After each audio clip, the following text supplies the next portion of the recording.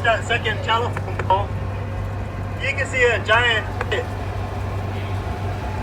That is the Wasp Mine. It was one of the 4 big underground mines. Now it's an open pit mine. A family bought the claim in 1983, opened it back up, and in just a couple of years, they were able to get about $500,000 in gold out of there.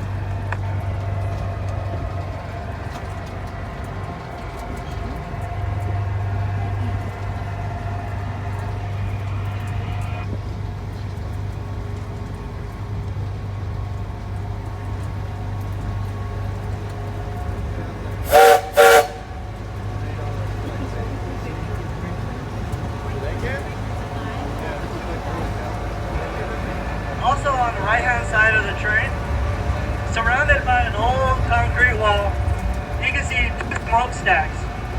Those there are coal-fired steam boilers. They probably powered the main shaft and the head frame of the Mammoth Mine.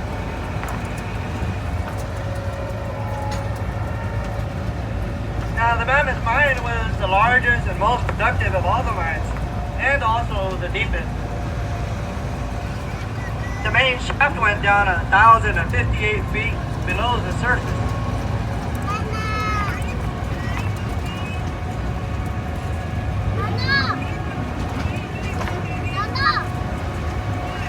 And as you pass the chisel, you can see that the Mammoth Mine is located behind the pile of dirt with the ore cart on it. And the blacksmith mine is located behind the building with the red roof. Show her where you're on? Show her where you're on. He's telling you that we're on a train.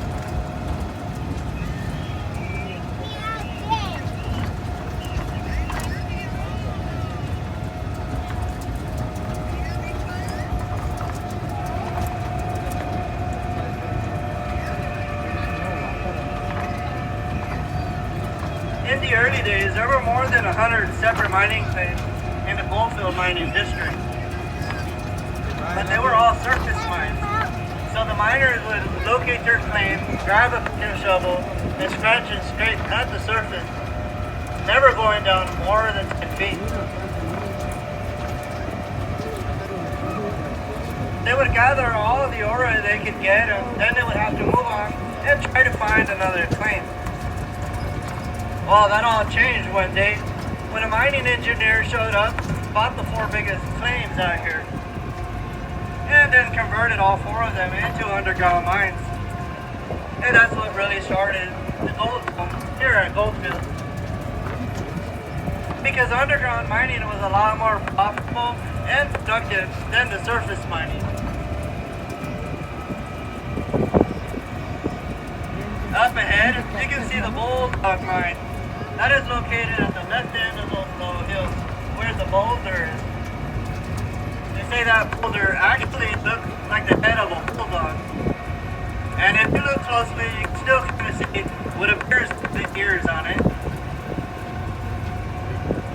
They say some miners went up there and blew it up with dynamite.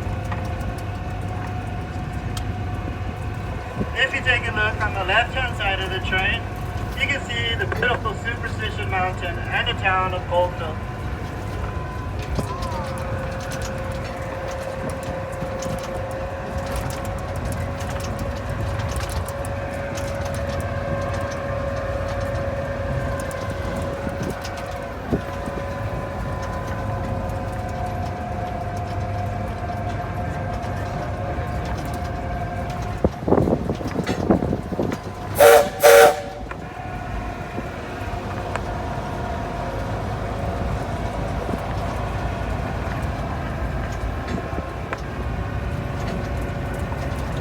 The prospecting actually started out here in the 1800s, but there were very few people that were even willing to step foot out here.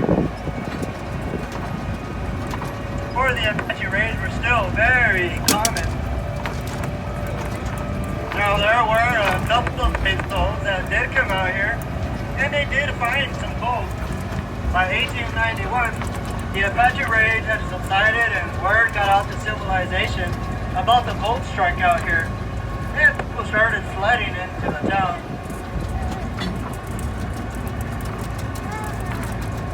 There were people everywhere trying to get a piece of the action for themselves. The town grew and grew very quickly. Until at one point, there were 3 saloons, along with about 30 other businesses.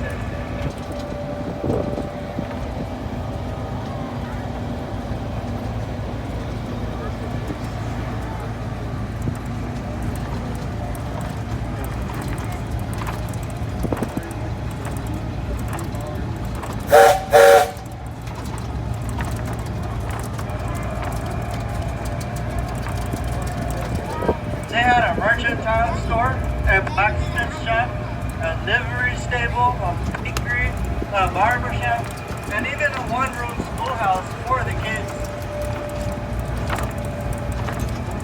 One can only imagine what it was like in the early days.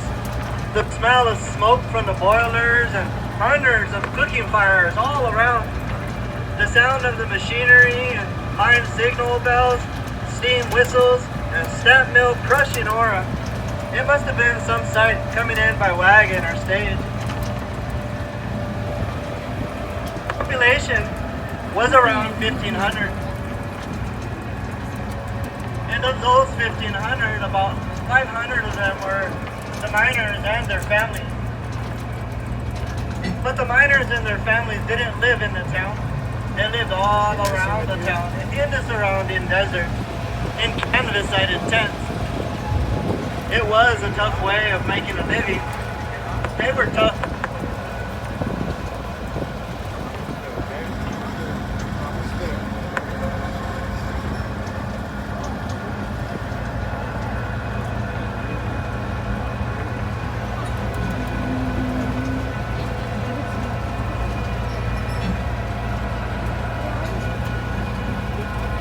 In 1893, the Mesa City postmaster realized they were sending tons of mail and freight out here on stagecoach.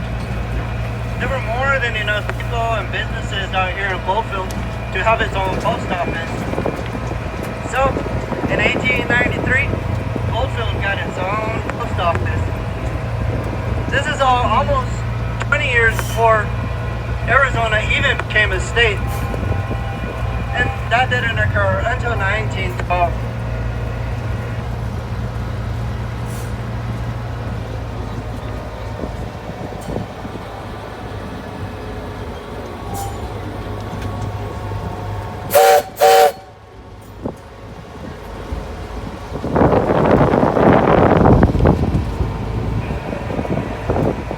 Well, things were going great for a few years. It seemed like everyone out here was making a ton of money. Miners and businessmen. But one day something happened at the Mammoth Mine that changed the course of the town's future. The miners were drilling and blasting and drilling and blasting, eventually blasting into the side of a huge underground lake, filling up the mine almost to the surface level. The miners tried pumping the water out, but they were unsuccessful. The water just kept filling back up faster than they could pump out. Eventually, deciding there was nothing else they could do for the mine, and the only option was to shut it down and walk away. So the Mammoth Mine was abandoned. And eventually, one by one, all 3 of the remaining underground mines ran into the same aquifer and also had to shut down. So, now things are looking bad for the town. The miners started attacking and moving away. People started running out of to do business with, so they started packing up and closing shop and moving out. So in 1898, only 5 years after it had opened up at the top of the boom, Goldfield post office shut down. And that, my friends, is how Goldfield became a ghost town. Well, we are just about at the end of this tour, so I would like to take this time to thank you once again for taking the ride on Goldfield Superstitious Scenic Railroad.